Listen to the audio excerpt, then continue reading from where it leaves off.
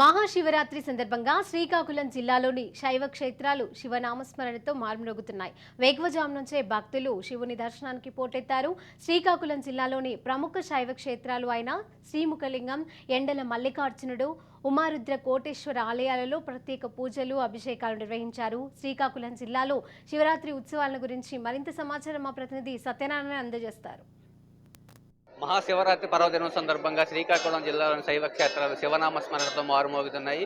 ఏదైతే తెల్లవారుజాము నుంచే భక్తులు తండోపతండాలుగా శివుని దర్శనం కోసం వెయిట్ చేసిన పరిస్థితి నెలకొంది. ఏదైతే జిల్లా వ్యాప్తంగా ఉన్నటువంటి అన్ని శైవ క్షేత్రాలు ఆ శివనామస్మరణతో మారుమోగుతున్నాయని చెప్పుకోవచ్చు. ముఖ్యంగా చూసుకున్నట్లయితే శ్రీకాకుళం జిల్లా వ్యాప్తంగా ఏదైతే ఉమారుద్ర కోటేశ్వర ఆలయం, అదేవిధంగా శ్రీముఖలింగం, ప్రముఖ పుణ్యక్షేత్రం అయినటువంటి ఎండల మల్లికార్జునుడి శైవ క్షేత్రాలన్నీ శివనామస్మరణతో మారుమోగుతున్నాయి. తెల్లవారుజాము నుంచి భక్తులు పవిత్ర నదులైనటువంటి నాగావళి, వంశధార నదుల్లో స్నానాలు ఆచరించి ఆ శివుని దర్శనం చేసుకునే పరిస్థితి కనిపిస్తుంది. ప్రస్తుతం మనం శ్రీకాకుళం నగరంలో వెలిసినటువంటి ఉమారుద్ర కోటేశ్వర ఆలయంలో ఉన్నాం.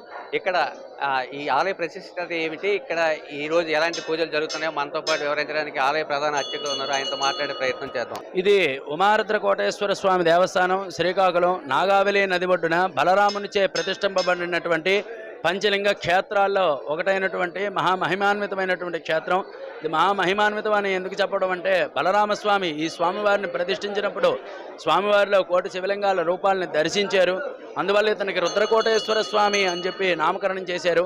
ఎవరైతే ఈ స్వామివారిని దర్శించుకుంటారో వారికి కోటి లింగాల దర్శన ఫలితం కూడా లభిస్తుందని చెప్పి ప్రతీతి. ఈరోజు మహాశివరాత్రి చాలా విశేషమైనటువంటి పర్వదినం. ఈరోజు పరమేశ్వరునికి అత్యంత ప్రీతికరమైనటువంటి రోజు.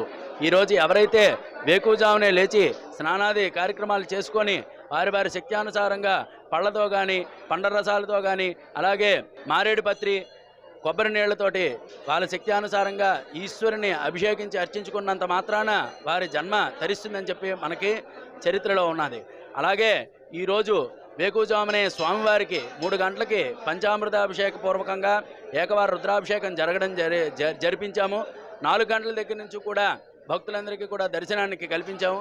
4 నుంచి కూడా చాలా జనం స్వామివారిని వచ్చి దర్శించుకుంటూ ఉన్నారు.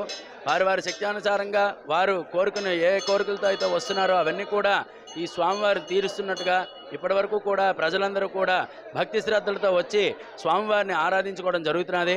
అలాగే ఈ శ్రీకాకుళం జిల్లా ఒకటే కాకుండా ఛత్తీస్గఢ్, తెలంగాణ, జార్ఖండ్ నుంచి కూడా అనేక వేల సంఖ్యలో భక్తులు వచ్చి స్వామివారిని దర్శించుకోవడం ఆనవాయితీగా ఉంటున్నది. ఈరోజు రాత్రి ఎన్ని గంటల వరకు ఈ పూజలు జరుగుతాయి? భక్తులు ఎంతమంది వచ్చే అవకాశం ఉంది?